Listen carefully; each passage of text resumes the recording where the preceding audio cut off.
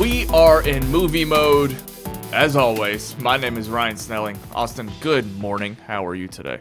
Wonderful. Well, actually, you know what? I've been better. I think the daughter might be sick. I was not feeling too great about a week ago, finally getting over that. Ryan, you're not feeling great this morning, man. I'm proud of you for marching through this podcast here. I don't look good. I don't feel good. You look great. It's all pipes, Jerry. It's just not a great morning for me. But I knew that if I did not commit to this podcast right now at 10 a.m., that it would just get worse and worse today. I started feeling bad last night, and I don't know if you're like this, but I never, ever, ever get sick. Ever. So I'm one of those bitches that like gets taken out by the slightest thing. I've got body aches. I've got chills. My mommy is bringing me some stuff as we sit here and record. But I called somebody a bitch on X earlier, so I had to podcast. This is your way to release the anger. And you know what, Ryan? I think this will make your day go better. You'll feel better after it's over. No, I'm kind of the same way. I used to get sick all the time, and then for years after I got married, didn't get sick at all. And then I ended up getting COVID. That kind of changed everything. I've had some complications from that over the last year. But yeah, I had a good chunk of time where I just didn't get sick. But when I get sick, same vein as you, I am out. Yeah. I mean out. And so I know how you feel. And it was a good idea to get this out of the way early because it's just going to get worse. And you need your rest, pal. So if you fall asleep during the podcast, I'll just keep talking. You know, I'm not actually worried about falling asleep, but I am a little bit worried about not being sharp. Like I'm really like, what movie are we talking about? Like I have a little bit of that right now, but I have the IMDb page up just in case I forget. But what's weird too is that like I woke up and I still feel like I want my cold brew. You know, the last time I was sick, it felt a lot like this. It was flu-like symptoms, and it was like right after I'd moved back here, so almost 2 years ago, and I was sick for several days, probably 4 or 5 days, and I never once got one of my caffeine headaches from not getting cold brew for those few days. And that's like a sneaky great feature of being sick. It's almost like my body was distracted from being like addicted to caffeine that I didn't have to worry about it because, I don't know. So, but what I did when I got better is I went and got cold brew and I got addicted. Yeah. All over again. But I'll tell you what, man, I've been trying to drop the energy drinks lately or cut down because I like to do one every other day. But I'm in the same boat. Every time I take a break or try to replace it with less caffeine, I get the caffeine headache. And the caffeine headache is like, this is not worth not drinking a lot of coffee or an energy drink. And so I'm trying to figure out how to get unaddicted to 200 milligrams of caffeine in the morning, but those caffeine headaches are killer, and they last the whole day. They don't go away. Yeah, it's awful. Don't you have migraine issues too? Like, does it ever turn into a migraine when you do that? Try to skip out on caffeine? Really bad. It gets to the point where I'm laying in bed, can't look at light. It gets right above my eyes. It feels like it's pushing my eyeballs out, and so it gets bad, man. And I think my issue too is I just don't drink enough water. I got to drink more water. We started getting those electrolyte packs with the lots of salt, and so hopefully those start helping. They're really good, actually, and I need to push myself to drink more water because that's always been one of my bad things in life. I just don't drink enough H2O. Yeah, me neither. I drink more Coke Zero than anything. Anyway, that's good stuff. We're here to talk about Blink Twice. The conversation is going to be non-spoiler at the top, but mostly spoilers. So I think we understand that not a lot of people are seeing this movie this weekend, but it's almost impossible to talk about, and it's not interesting to talk about unless we spoil it. So this might just be an episode you come back to, that's fine. But we'll still give you some goodness here at the top because some fun and exciting things happened in the world of film and television. Let's talk about this Megalopolis thing. you've sort of had a permanent smile on your face for like the last 4 days. You keep bringing this up to me. I've seen this from a distance, so I'm excited to hear you sort of unfold it and then break it down. It's like I'm living in an alternate reality. Yeah, so initially the Megalopolis trailer dropped a couple days ago, and I was really excited about it because I need something to swing my excitement in the other direction. I've just not been very excited about this movie. I've been more so interested, fascinated as to what this experience is going to be. This trailer comes out. It's a solid trailer. I think what comes after the nonsense is great. But again, it does not give me an idea as to what this movie is going to be. It's just a lot of pretty pictures painted on screen. And so the main thing about this trailer is that it was giving quotes at the beginning about movies, very popular movies throughout the years, directed by and impacted by Francis Ford Coppola.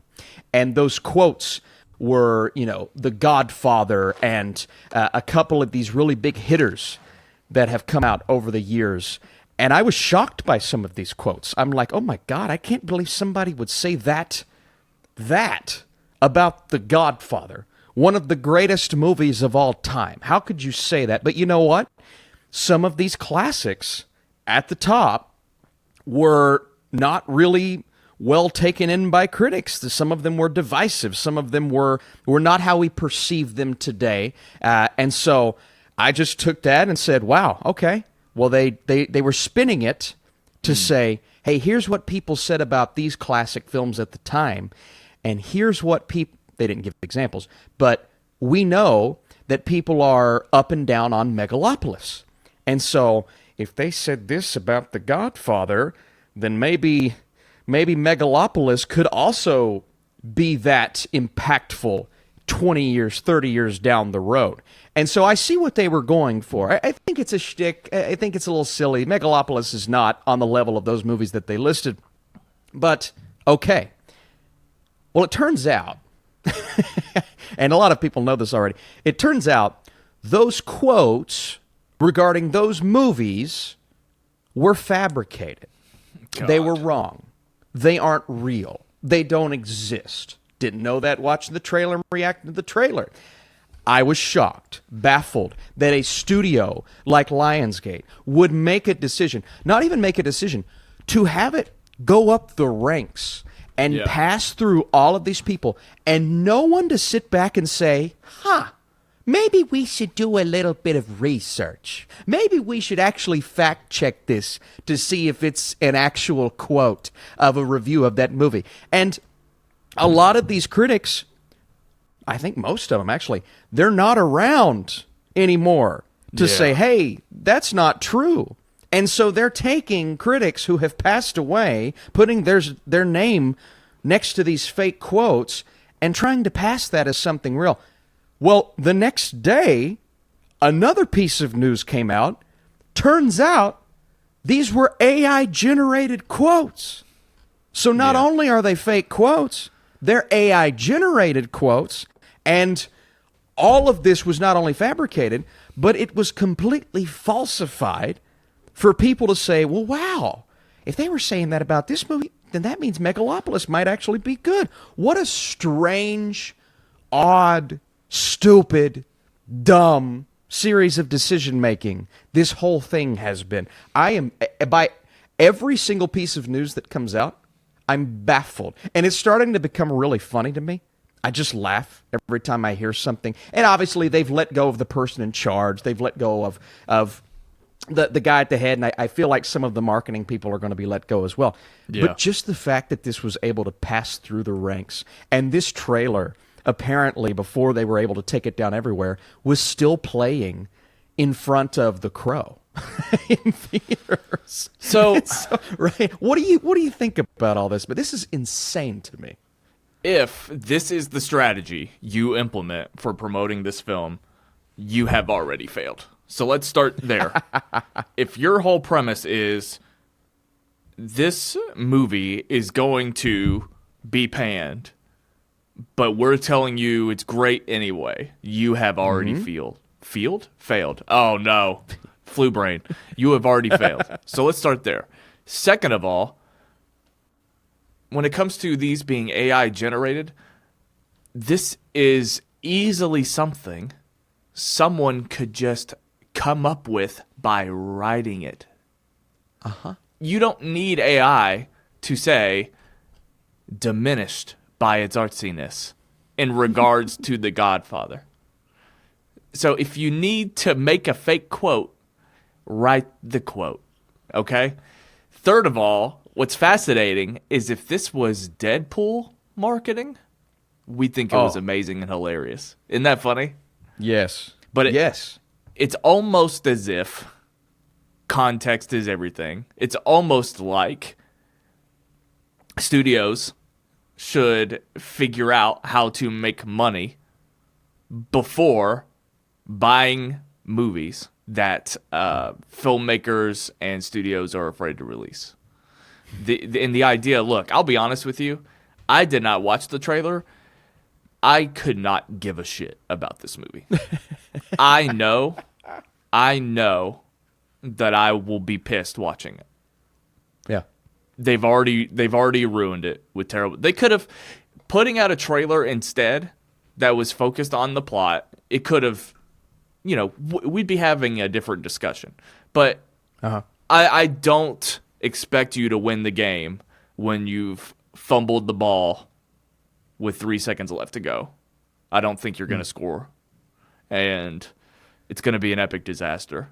It's almost like it's not quite as fun as Don't Worry, Darling, but it's almost like Don't Worry, Darling was more fun and there was more to it, I guess, because the actors were a little bit more involved in the promotion, and we're not quite there yet. But this might be that movie where we're all just like, why did we care about this?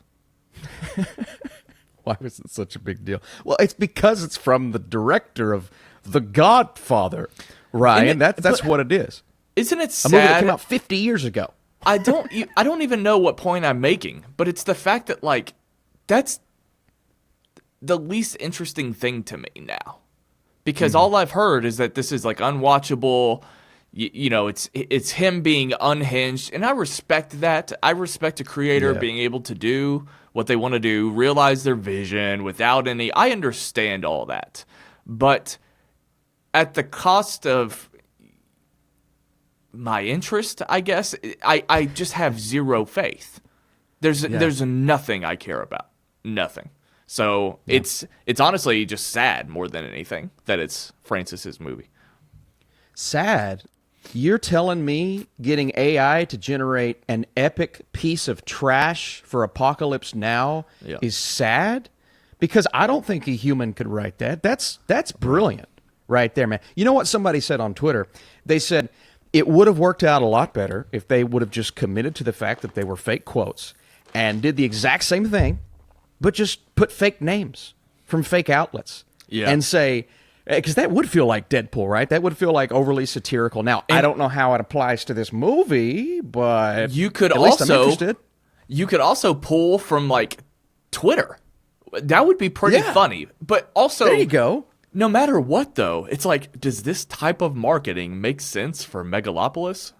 No. I mean, we haven't seen the film, but it's like we kind of, if we're going, this would be more digestible and more fun if they added humor to it. It also is ass backwards. So we're not actually solving anything. I think we just want to make it more of a meme than it already is. So if you would put if they came out with, if they did one for Blade Runner, one of those slides, they could have pulled one of my tweets and it would have been like a dong take and it would have been pretty funny. But at the same time, it doesn't add up to Megalopolis. So I don't know what it's going to take.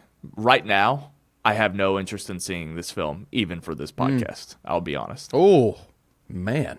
Yeah, I feel like I'm gonna need you to, man. I'm gonna need that perspective. I'm gonna have to, because a Ryan Snelling rant on Megalopolis, I feel like inject that into my veins. I need that. Yeah, I don't know, man. I'd be furious. And what is it, like 3.5 hours? What's the current runtime? Do we know? Yeah, I think it's over 3, or at least close to 3. I don't know if they've trimmed it down since all the hate, but yeah, man. I will admit though, this stupidity, this nonsense, this absolute, I mean, again, it just feels like we're not even on planet Earth right now. It feels like I'm living in La La Land, seeing the level of stupidity by a studio that, again, that we were talking about last week, how, they don't care about us. We know they don't care about us. They just want to make money. This, to me, proves they could care less about us to make up quotes from people who are no longer with us, critics who are, and have been well regarded for years and years and years, to do something like that and think they can get away from it. What were they thinking? Did they think nobody would research this? Yeah. Are we all stupid? Because that's what it feels like. They're like, nobody will look it up. They're all stupid. What are we, just mice? Just brainless, mindless bugs walking? Yeah. What's wrong with these people? I'm glad that guy got fired. Get him out of here. Are you stupid? He is stupid. Yeah. I answer my own question. He's stupid. They're all stupid. And what's ironic is that the next topic we want to talk about, there are fans who blame the other fans and not the studio for mishandling. Not the studio. So anyway, I think this is a tremendous failure all around, and I don't have an ounce of excitement in me for this film. Sorry, Coppola. You should have kept your vineyards or whatever. Francis. Yeah, Francis. Let's talk about The Acolyte. Not that this conversation hasn't been exhausted online or already, but I feel like we have to address this because off air, we have had a lot of conversations and concern for the fandom and concerned with our relationship with these studios and actors and things like that. So we're talking about this behind the scenes all the time. In fact, we talked a lot about it on the podcast last week, but it didn't make it in because it was just kind of too all over the place. And it wasn't as succinct and it was a little bit more emotional. And so anyway, I think we'll have a portion of that here right now, but it probably warrants its own episode, what we talked about. But do you remember at the end of our podcast a few weeks ago, I said that Disney Star Wars fans are the new Snyder Cut bros? I remember that. Yes. I haven't even been able to formulate that video and sort of dissect what I mean by that. But this story helped me out quite a bit. So that's sort of my approach to this conversation here. At the time that we're recording this, there are rumors that Lucasfilm could pull the series from the streaming service altogether, which we don't know if that's the case. We know that it pulled the few bits of merchandise from the store. There wasn't a lot to begin with, but they did pull it, and it's almost just a complete assassination of this show from Disney and Lucasfilm. So at the end of the day, when I find out about a TV show cancellation, obviously I feel that a way that I feel about it, but I can also look up the why, which is, take a look at the Nielsen ratings. Take a look at what we're watching. It's very easy to find out. This was the lowest viewed finale in Star Wars history, and it was the lowest viewed show on Disney Plus. Star Wars. I don't know about comparing it to Marvel or anything else. Or the Jeff Goldblum show. Remember that? So, so anything else is fluff to me. People want to attack both sides of the fan base, doing the things that they do online. There's just nothing else to say other than this show didn't attract viewers. And it didn't deserve to be. And another thing, too, that people don't realize, and I said this in my video, when you put a show on Disney Plus, that show is not earning money. Yes. So all of the people that are like, the sitcoms from back in the day that needed a season to flourish, needed a season to find their voice, NBC gave Parks and Rec time to develop. All of that stuff is moot.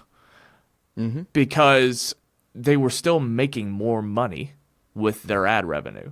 Disney burned $180 million in cash. No matter what. No matter what the reception was.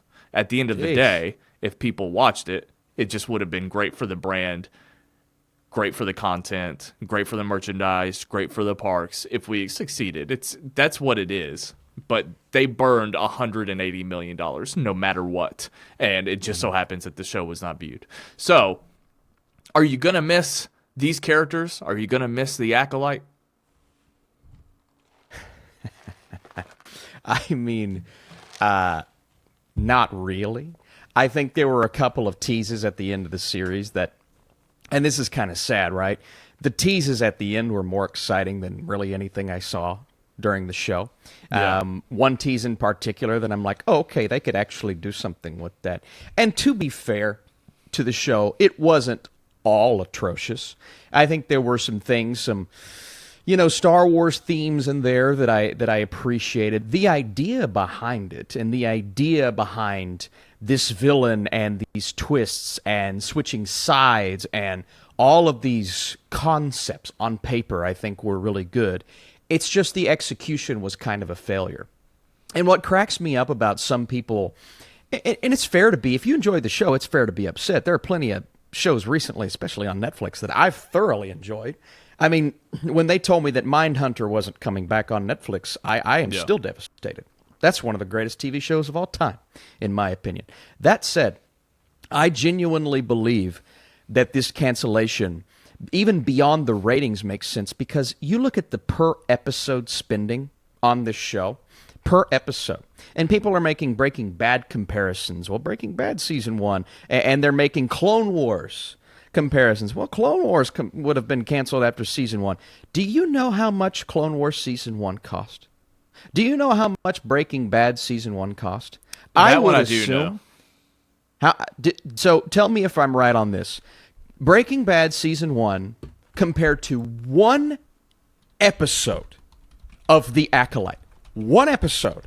I feel like the amount of money spent is very similar. And we're talking about a season of television compared to an episode of a show. Do you have an idea on the numbers there, Ryan? Just so quick AI overview answer in Google is that it's $3 million an episode.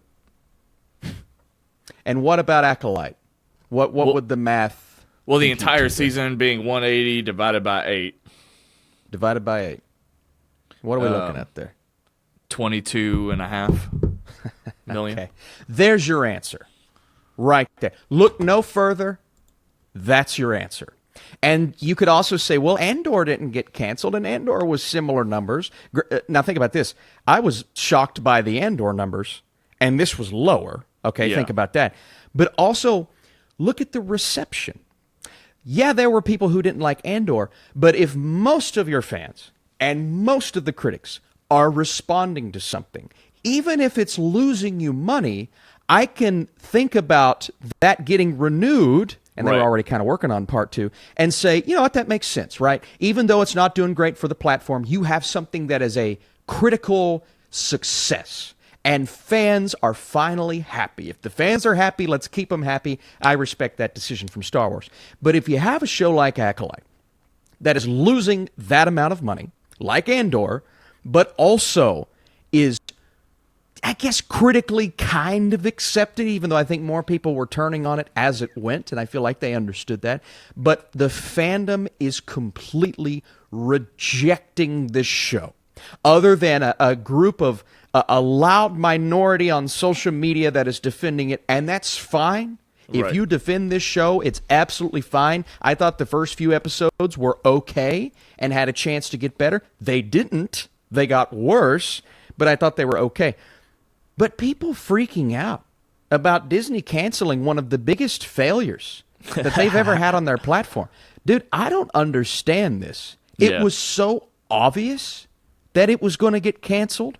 Now, pulling the merchandise and completely wiping it from the minds of everyone, that's an interesting decision from Disney, because I feel like they are looking at that fandom response and saying, all right, maybe this just isn't part. But you had an interesting thing to say recently, Ryan. You said if these things continue to happen on a consistent basis, it may be time to pull the plug in general.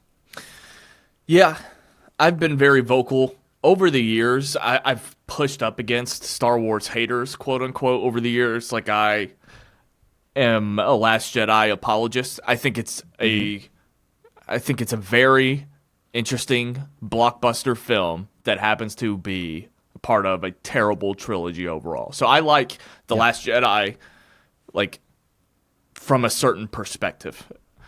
And I think a lot of what they do in that movie is actually super effective. I'm not going to go into details because it's not that important. But I used to be the person that would get angry. Like, if this show happened a few years ago, it's possible that I wouldn't sign the petition because I don't think I've ever done anything like that. Maybe I have. Hundreds of signatures. But at the end of the day, I probably would have been like, no, we need to see Plagueis. Like, this is cool. Give it some time. You know, I could have easily. I don't know. But over the last few years, I've been able to really understand where Star Wars fans are coming from and how it disappoints the legacy of the franchise. And up until recently, I've thought the idea of rebooting this franchise has been, like, ridiculous. Like, my brain comprehending an announcement that they have decided to reboot Star Wars, it might be, like, the biggest movie news ever.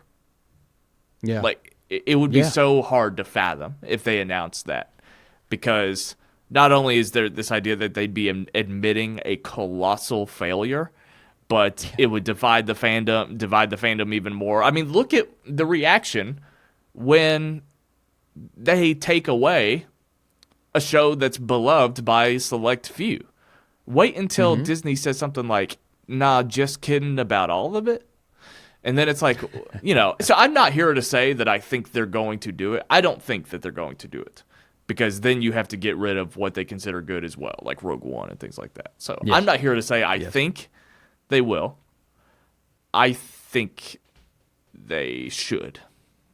I do. For the first time ever, I'm like, yeah, if Disney has ruined this, whether you like the show or not, this idea that they don't take care of the show or care for the show enough to where they're, I mean, this is Batgirl, but it's Star Wars. It's Star Wars. This is what happened to the DCEU. Star Wars shouldn't be this bad. But if those other things can be wiped from the planet and rebooted, I mean, it's not so crazy to think that Star Wars could. Yeah, I think DC kind of, I don't want to say paved the way. I mean, that's the first ever cinematic universe that has been just fully saying, all right, we're going to try this again. I'm pretty sure that's the first time. It's the first time they've ever said, we understand the divisiveness and it's time to go in a different direction. And I feel like doing that for something like Star Wars, it's unfathomable. Not only because of the movie IP, but also because, I mean, you've got theme parks where these characters are walking around. What would they do then? What would they do with Rey and Kylo and all these? And then they just say, all this is gone. We're going to go back to the original trilogy and say that's where we're going to start. And it's like, man. Now, I've always found Star Wars to be interesting because, and in defense of some of these spin-offs and some of these other projects, you can go anywhere to any world at any time. Yeah. And the premise of the Acolyte was supposed to do that, where they went hundreds of years before and they're not going to connect to anything, and it's its own thing, it's its own story. The problem is, and was, that it felt stylistically and just in general so much like what they've been doing on Disney Plus. And we even mentioned the costumes and the planets that we would visit, man. It's just the same old thing. We're not getting away from that. And then, of course, by the end, you've got teases to characters that we've seen before, and somebody pops up here, and it's like, man, I just want to get away from that. I want to get away from the Skywalker stuff at this point. We understand, and don't get me wrong, I freaked out when Luke Skywalker showed up in Mando Season 2. I'm like, oh, that's awesome. But now I'm to the point to where I don't need to see that anymore. I'm over that. I'm over it. Let's move on, do something else, and do what they were supposed to do with the Acolyte, and that's separate themselves and bring us something interesting to look at. Like an Andor, which is connecting, but at least Andor you look at and you're like, that's that's a TV show. That's a big budgeted, beautiful to look at TV show, and there's some quality there. With The Acolyte, everything that was set up and the entire premise that was interesting is just botched in execution by the end because we've seen it 1,000 times in this universe. Yeah, and that's the argument online, right? The passionate fans are pointing at the haters and being like, you said you wanted to get away from Skywalkers. This is an entirely new cast in the High Republic, blah, blah, blah. And it's like, no, you tied it to the Skywalkers by the end of the show. First of all, you included what is it, Ki-Adi-Mundi from Phantom Menace. You included Yoda at the end. You included Plagueis. No, we're not asking for that. Do people want to see Plagueis? Absolutely. I'm not saying they don't, sure. But it's not as easy as you said you want a new. This is new. No, they're. So, I think that at the end of the day, the biggest failure, and I've said this plenty, the biggest failure of The Acolyte is that this is not a High Republic show. This it might as well exist. It could exist during any of the Clone Wars movies, almost. Like I don't know anything about the world that we exist in. Other than, they're trying to figure out if Sith are real or what Sith are. It's like, sure. But there's nothing about this that gets me excited about anything. I mean, there were times when we'd be excited about the other aspects of canon. What does this mean for the rest of it? I remember the World Between Worlds. The World Between Worlds idea was kind of fascinating. War of the Worlds. Yeah. No. That kind of stuff, I don't know how I feel about it overall, but that was at least interesting and can kind of change and feel different and be new. And I'm not saying that doesn't have its haters and lovers, but at the same time, I want to immerse myself in the High Republic. I want to see something that's completely different. I want to be immersed in the world. And the fact that I can't differentiate this story from anything else I've seen in Star Wars. It's disappointing. I also don't really understand why it just wasn't a Plagueis-centric show. Yeah. Why couldn't it have just been Plagueis erupting from within the galaxy? Why did we have to do any of this with Manny Jacinto's character? I just don't understand. There's just, too much to it.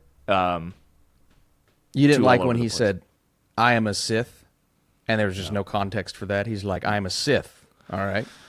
What's that? Yeah. I mean, it's just the things that they try to do, and it's just pandering across the board. It's like, oh, we're gonna throw this in for the fans because they're gonna love this part. But this other thing, when we start to kind of mess up the perception of the Jedi and all of these things, which, again, on paper, that's great. But the way that they handle this in the show, it's like all of the characters that we're supposed to be rooting for here are liars. And they cover things up. And it's just skewing the perception of the Jedi that we know and love, apparently hundreds of years later. And there was no one to root for by the end of this show. I didn't know who to root for. Who am I supposed to get connected to and attached to? Because the characters that I do, by the time you get to the end, it's like, I can't root for that person. Yeah. I can't root for them.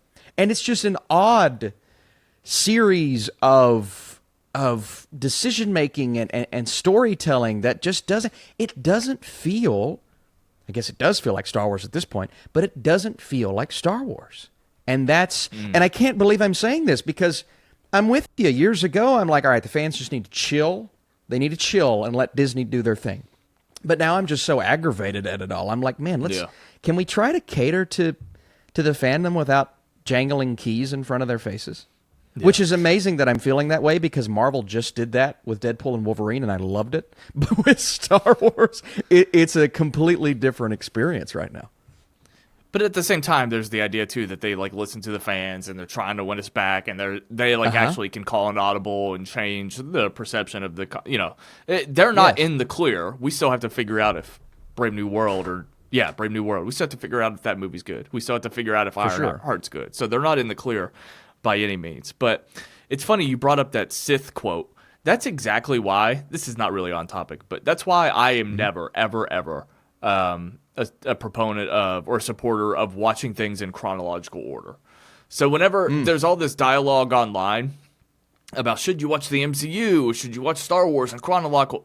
No, it's always release order first. Yeah. Obviously, you can do what you want after you've seen the movie, but if anybody's ever curious, what does Ryan Snelling think about how to watch release order always? Because the thing about prequels, and Star Wars already has a good example of this with Revenge of the Sith, like you know what's happening the whole time. But when it comes to that line, that works if somebody has the context of what it means. And that's why when these filmmakers write prequels, you know, and approach a movie to, you know, add to the universe from, it's like a human nature thing. Like you can't entirely remove yourself from all of the pre-existing movies that have come out. So when Captain Marvel is written, for example, it is written with the understanding that you still have seen and have knowledge of all the previous movies. So I just have never been a fan of watching things in chronological order, because that's not how people write them. It might be a fun thought experiment, but it's not how they're made, because it's almost impossible to take your nature out of it. So anyway. I'm with you. Anything else on that? I mean, it just is maybe the biggest disappointment of the year, all in all.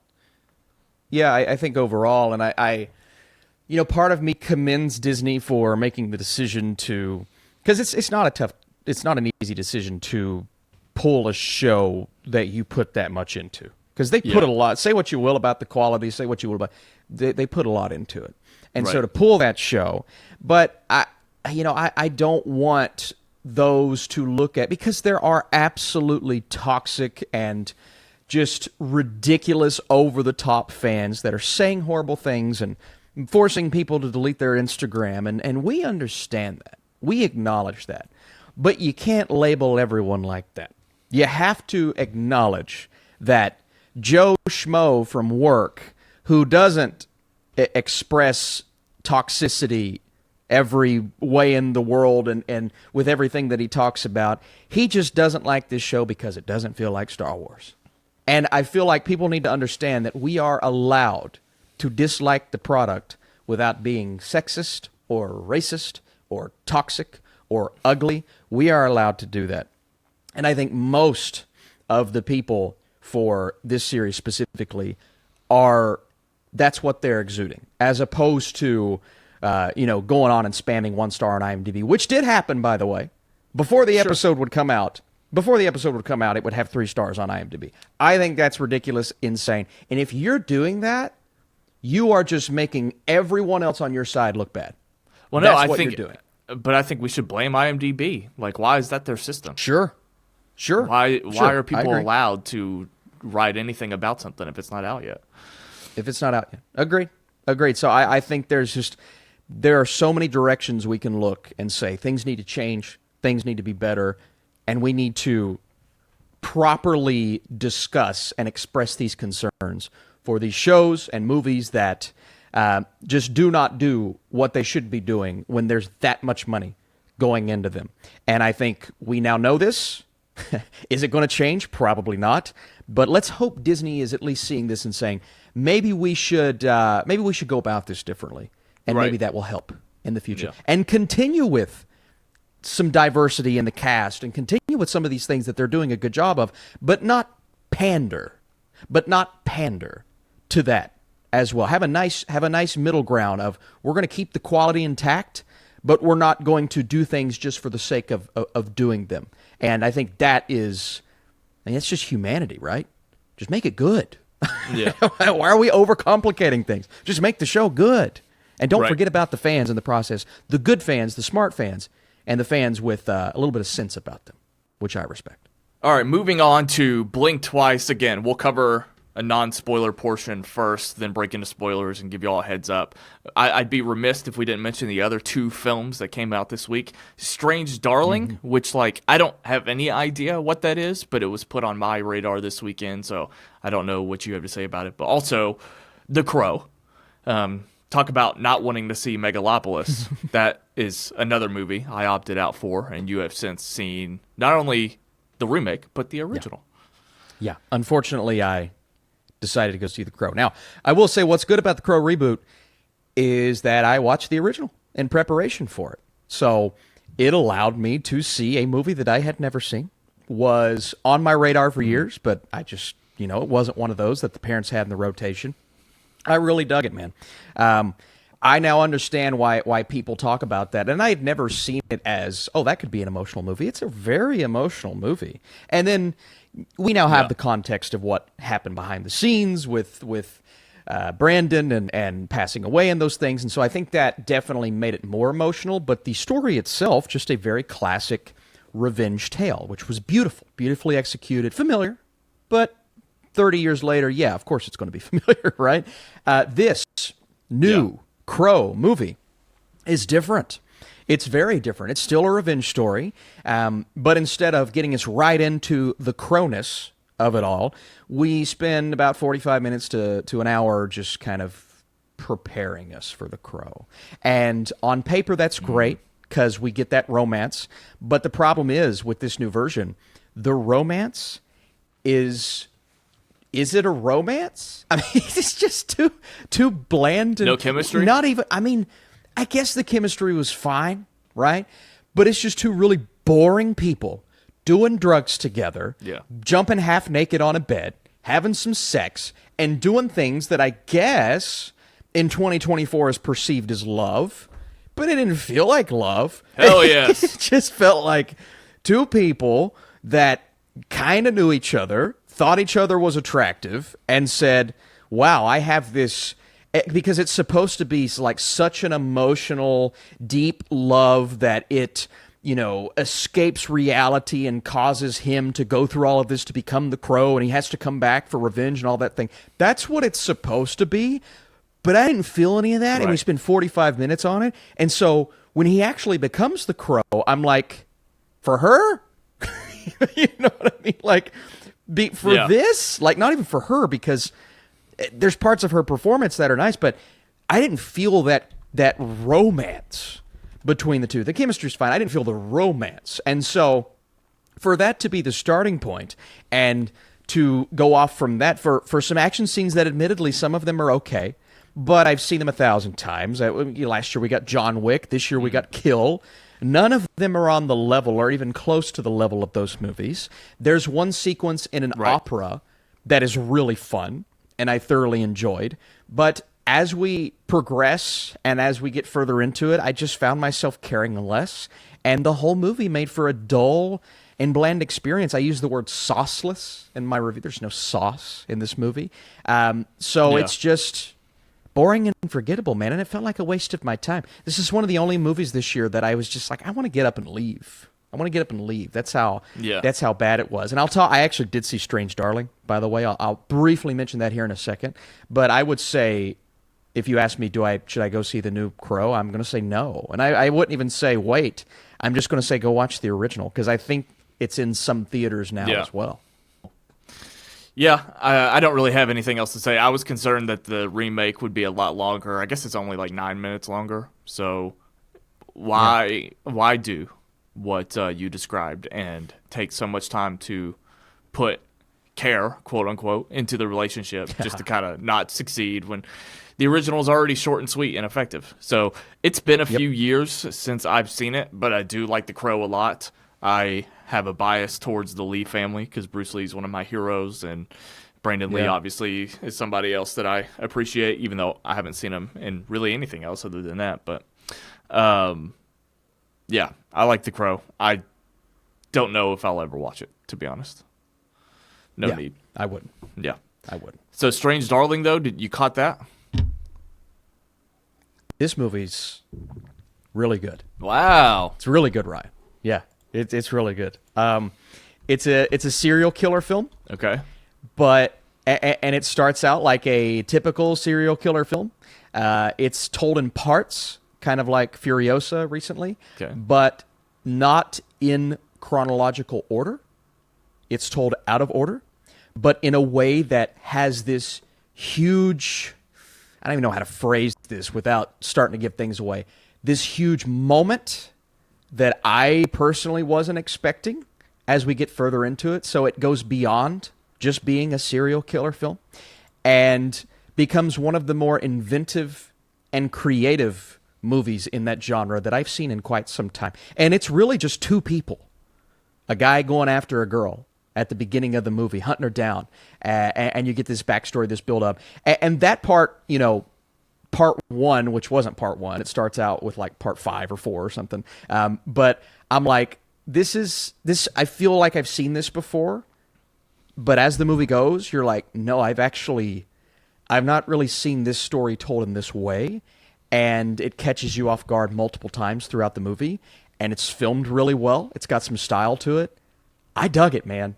It's definitely lower budget, but I dug it. I really, really enjoyed this, Ryan. I think you would like this movie a lot, to be honest with you. I hope so. I'm probably not going to catch it in theaters, but I am intrigued by it for sure. It's also shot by the great Giovanni Ribisi. So how about that? Oh, I didn't know that. Yeah, I guess it's his first time as DP, so that's interesting to me. But okay, I didn't know that. That's crazy. I don't know a lot about the writer and director, though. I don't recognize anything else that he's in or does. But yeah, that's cool. I am interested in checking it out when it comes out. I was surprised, for sure. All right, let's talk about Blink Twice. Again, non-spoiler portion. So I guess right out the gate, I did not realize how little I knew about this movie going into it. I know that I saw the trailer at some point. We saw the film. I watched the trailer afterwards to prepare for this podcast because I wanted to remind myself, like, what did I supposedly know already going into this movie? And I watched the trailer after the movie, and I could not believe the things that were revealed in the trailer. So just my personal experience, it was definitely more fun to not have seen the trailer going in, even for silly reasons.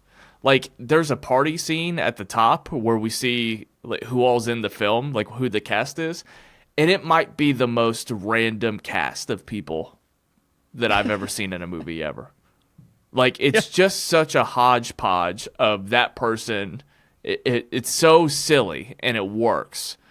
Almost because that's kind of the point. Like, the story could be about different types of people and, how they all relate together, how they come together, things like that. So, so ridiculous. I was literally laughing in that scene in the movie, just seeing who all was in it. But things like that. There's a few lines of dialogue in the trailer that I'm like, I'm glad I didn't know that going into the movie. So obviously, if you've seen the trailer, there's obviously nothing you can do about it. But at the same time, if you are seeking out a trailer, I don't recommend it. And just listen to our conversation about the movie. But that's just me. Yeah, I know I've seen the trailer a couple times, and I've seen like a teaser in front of a YouTube ad, but I didn't really recall what was in it. And so I kind of went into the movie blind a little bit just because I didn't really remember. All I recalled was the moment where Channing Tatum is sitting in a chair saying something specific was at the start of the trailer. Okay. And I'm like, that's a big moment. Why is that in the trailer? Yeah. And so I think there were some things about it that, you definitely want to go in knowing nothing, because that's kind of where we both were, and I think that helped the experience quite a bit. And I definitely benefited from it in general, I think, because of how the movie pays itself off.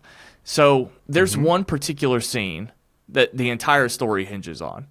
And before we arrived there, I'll say I was intrigued. I'll say I was interested. What are these people doing here on this island? What's going on here? Just very basic stuff. But without spoiling anything, I wasn't really piecing together what it is that it was trying to tell me that was going on. So we can dive into that a little bit more in spoilers. So in the first half of the movie, I'm not along with it the way that I think it initially intended, and that just might be because I'm an idiot. But regardless, then there's a scene where the entire story flips itself on its head, and then we start moving in the direction, and we find out what this movie's all about. These characters uncovering a mystery. And at first, when I saw that scene, I felt like I don't see how everything leading up to this actually informs them all of a sudden piecing things together. Like, it was almost like they just flipped the switch. That's just my personal opinion. I talked to a friend of mine who also saw it last night, and she reminded me of some hints and clues, but I guess I just didn't pick up on them being hints and clues. So we can break that down a little bit, but ultimately I benefited from not knowing what was going on, and it turned out to be one of the more interesting movies I've seen this year, and I have mostly a positive experience coming out of this. It's definitely a tough watch, but at the same time, not knowing anything about it overall helped me.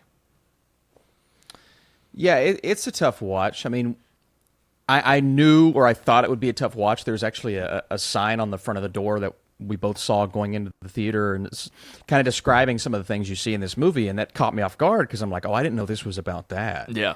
I had no idea.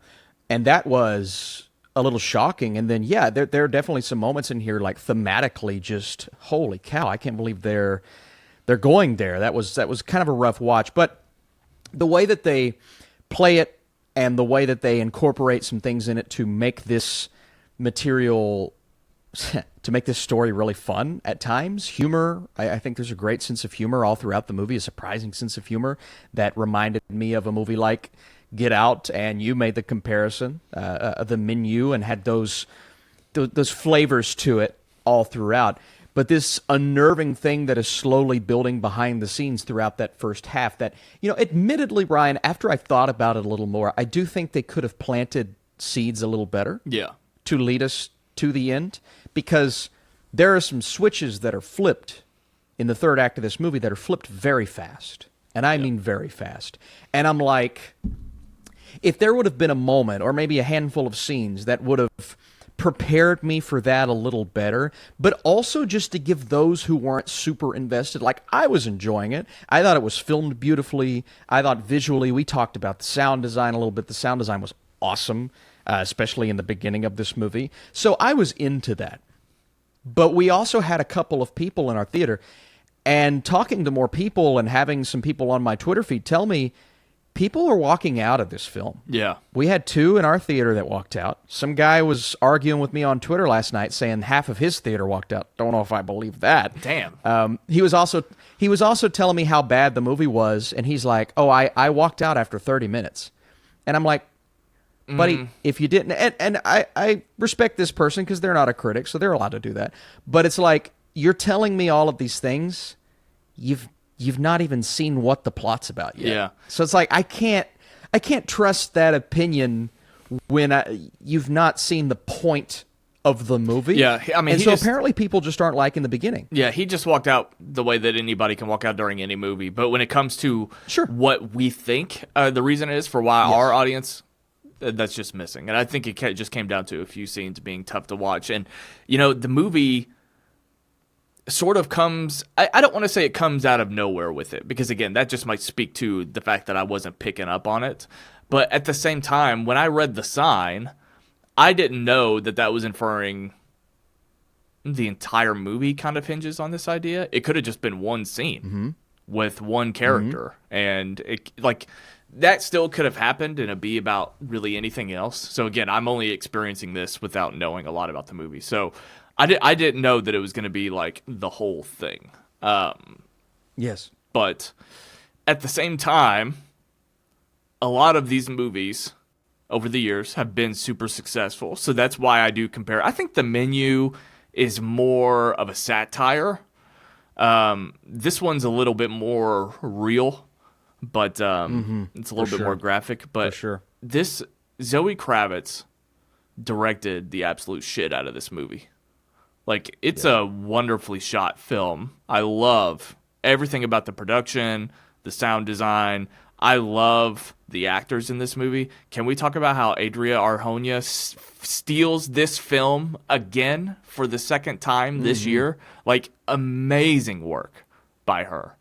Not just her, but what a surprise. Yeah, the performances are awesome, man. like across the board, and the surprises like Simon Rex and Haley Joel Osment. Like, what in the world? Whoever assembled this cast they might be a genius, because it somehow works really well. Like when they're all gathered around the table and they're just getting high and getting drunk, and that's before you really know what's going on here. You're like, this works. It's just fun. And I think that's where some of the initial first half divisiveness comes in, because it's like, I feel like some people are going to be sitting around wondering, okay, what's the point of all of this? And the movie may take a little too long, admittedly, a little too long to get to that point. But while wondering what the point of the movie is, I was also just having some fun with the interactions. I'm like, these guys are all, there's some comedy in there, like from Simon Rex's character, and I feel as if just across the board there are some nice moments. And at the beginning, I liked Channing Tatum's character, his suave. You know there's something off about it, but I liked the fact that you felt that at the beginning. And Tatum, we're in the Tatum-sance. I've been saying this year, the Channing-sance. He's really good in this film. There is a moment towards the end that is memeable, I believe. There's going to be a memeable moment. But overall, I think he's giving a great performance. And that was a nice pairing. Zoe Kravitz, her direction, and Channing Tatum's acting that I did not expect. Right. So that was pretty cool to see. Is this a movie that you recommend as far as theatrical experience, theatrical viewing? For sure. Yeah. For sure. Now, again, it's not going to work for everyone, but just from a visual standpoint, from a shot selection standpoint, and some of the things that they do with the camera to throw you off, man. I mean, there's a way to film these scenes in the beginning that wouldn't have put off an off-kilter vibe. Yeah. Like something that made me feel a little weird. But Zoe Kravitz says, we're going to make every single shot make the audience feel unnerved. And that was awesome. And so, yeah, as a visceral, visual, audible experience, even if you don't love the story, I think it's worth seeing in the theater, for sure. As long as you understand it's a tough watch, I think it's maybe one of the most interesting movies of the year. I don't know if this is like top 10 worthy, but blink twice, we're still going to be talking about it by the end of the year, I think, for sure. It swings for the fences, and I appreciate it. Doesn't necessarily hit a home run, and it doesn't fully deliver what it intends to do, but the fact that it swings, the fact that it's Zoe Kravitz's first movie, the fact that it tries to do what it does and tries to have that message, I appreciated that. I really did. 100%. Well, cool. Do you want to break for spoilers and chat it up a little bit more? Let's do it, yeah, because that's the meat, I think, of this story. Yeah. So there's a scene with Naomi Ackie, which, by the way, another surprise. Didn't realize that was her from Rise of Skywalker. But she and Adria are sitting at the end of the bed, and the two characters just kind of come to the – and they don't really have a relationship up until this point. Like, they don't really get along. She comes off like she's a snobby celebrity, and this is somebody who, probably struggles to make money, works for a catering company for rich people, that kind of stuff. So the idea that they sort of band together and they're like, wait a minute, why do we feel like we're not actually having fun here? And the entire conversation sort of turns on a dime. And I did not know. I know while watching this movie that something is weird about it. But I don't quite know if I've picked up on what it's inferring yet. Yes, I do have the notice on the door in the back of my mind. But when it comes to how am I, at this point, am I supposed to believe that a lot of tough sexual assault is going on? I don't know that I quite understand why they don't remember it.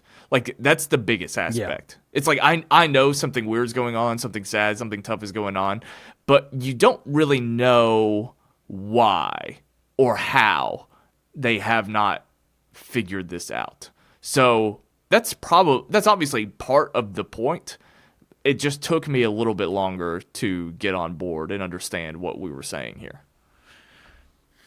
Yeah, I'm kind of with you on that. I think there are just some logical things about these reveals and twists along the way that will take a little bit of, it's a movie type of thing, right? The perfume, the snake venom, these things throughout that there's nothing really that explains it other than it's a perfume that makes you forget and it's a snake venom that makes you remember. But it being a movie and it kind of making you feel uneasy throughout the entire way, I think it establishes that sense of disbelief or belief in these ideas that are a little far-fetched that I was okay with. Yeah. I was okay with. So, again, there's some things that people are just going to roll their eyes at that maybe I didn't because I was just enjoying it so much, and that was okay. Yeah. That was okay for me. Those didn't throw me off. Now, there is another thing towards the end we'll talk about that I still don't completely understand, but that was okay with me, the whole forget perfume thing. I'm like, all right, cool. It's a movie. I think I would have understood it better if I knew what was going on with the lighter. I couldn't quite figure out what they were saying about Jess's lighter. I know that they were losing it and different people were, but at the same time, you're watching them get trashed because they're on vacation. Yeah. So it's like that could have been happening whether all of this heinous stuff was going on or not. So I was like, what am I supposed to be figuring out right now? So I don't know if it entirely worked for me, but they're trying to throw you. It felt like they were trying to throw me a curveball with the lighter, and then by the time you get to the end of the movie, I'm like, what was the lighter about? Yeah. Was there something there? Was it something I'm missing? I feel like there was because they kept saying it and incorporating it, but maybe not. Maybe it was just something they kept doing. Yeah, I think I'd have to rewatch it again to sort of follow along with everything. But what was it at the end of the movie that are you talking about the dinner scene where they're like a couple? No, the issue I had, she was there before. Oh, okay. I just felt like that was unnecessary. I felt as if we could have accomplished the same result without her being there before. Yeah. Because then it just raises a lot of questions like, okay, but then how did she get back in the exact same situation? Maybe that's how she got there the first time. Just a lot of, why would he want to take her there again? Why did he spare her life in the first place? Maybe it's just because he liked her so much. Just a lot of what-ifs that I didn't think were necessary for a movie that was already built around why. I don't know. I think that what it's implying is that she got away because she was already, smart about and intelligent. Like she was able to piece it together once. And so that's why Channing Tatum brought her back. So again, if we watch the first act of the movie and if I was able to remember exactly how they got that job and things, like that could have been entirely set up. And the fact that Channing approached her immediately at the party, it's because he knew that he had to get her back. And she would have been, if she was the only person that left the island. So the good news is he's got somebody that left that doesn't remember it. But at the same time, I guess if the whole point is that he brings people and then they die, then he's got to get her back. So. That's fair. Yeah, I just felt like it was a movie that is already stretching my what I have to believe and what I have to pick up on and all these little Easter eggs. And it did give us some of the things in Channing Tatum's big monologue at the end there. He's like, it works. You forgot for over a year. Like those moments, I think, come with that reveal. Yeah. But it's also like I could have just done with. I think I would have been more satisfied if she wouldn't have been, because I don't know if it needed another twist on top of a twist on top of a twist. I think just what they were trying to say and do. Now, I have heard a lot of people complain about the ending when she, it's revealed that she takes Channing Tatum and essentially uses him to become CEO of that company and things like that. I'm still trying to pick up on what Zoe Kravitz is fully trying to say there. Yeah. Because I don't know if the message is... Because to me, to send the message that she was trying to send, I think just killing Channing Tatum would have been the easy route. But to have her take advantage of that trauma to become powerful, I don't know. What was your perception of that message at the end there? Because I don't know if that's what she intended to say, but that's kind of what I got. I don't know. I don't know if it worked. I'm kind of with you. I guess if I'm watching it as an audience member, I'm sort of rooting for this person to overcome this. I don't know exactly how you overcome this by looking the man who did this to you in the eye every single day. Yeah, you get a lot of money. That's yes. You get a lot of privilege for sure, a lot of money. There's a lot of advantages to this. Maybe use it for good, whatever it is. But at the same time, it's a little unusual. Maybe is enough to say at least she didn't use it. She used it to take down the bad guys and sort of protect anybody else going to the island, I guess. But so maybe in simplest terms, it's just that she's stopping it from happening. But it is weird that she. It's a big idea. How does this person deal with this every day?